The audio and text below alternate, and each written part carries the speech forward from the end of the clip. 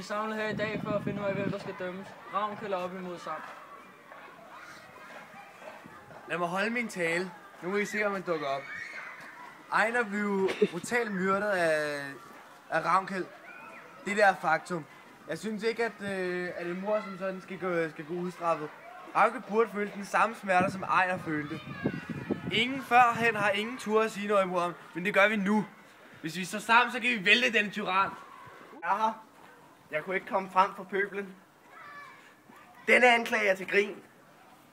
Jeg skal straffes for at holde mit løfte til en Gud. Jeg har kun handlet som en ærlig mand. Jeg har holdt, hvad jeg har lovet. Jeg sagde til Ejner, at han ikke måtte ride på den hest, og at konsekvensen ville være, at han døde. Og nu er han død, fordi han brød sit løfte. Dette er absurd, at jeg skal anklages for sådan noget. Vi er kommet frem til den konklusion, at Ravnkel har handlet uforsvarligt og umenneskeligt, og derfor skal han straffes på sit mord, for sit mord på Ejner. Ravnkel, du er nu fredløs.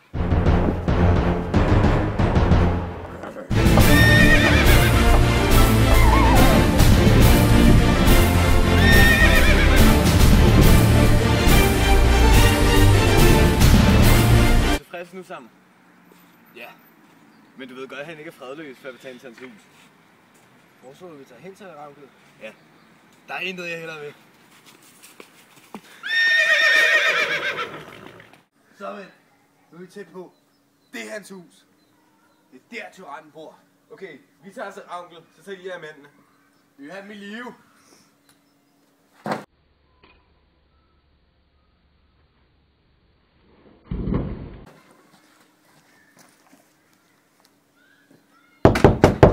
Hallo? Nej, hvad laver du her?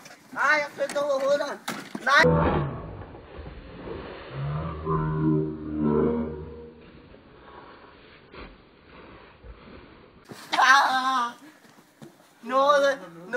Noget.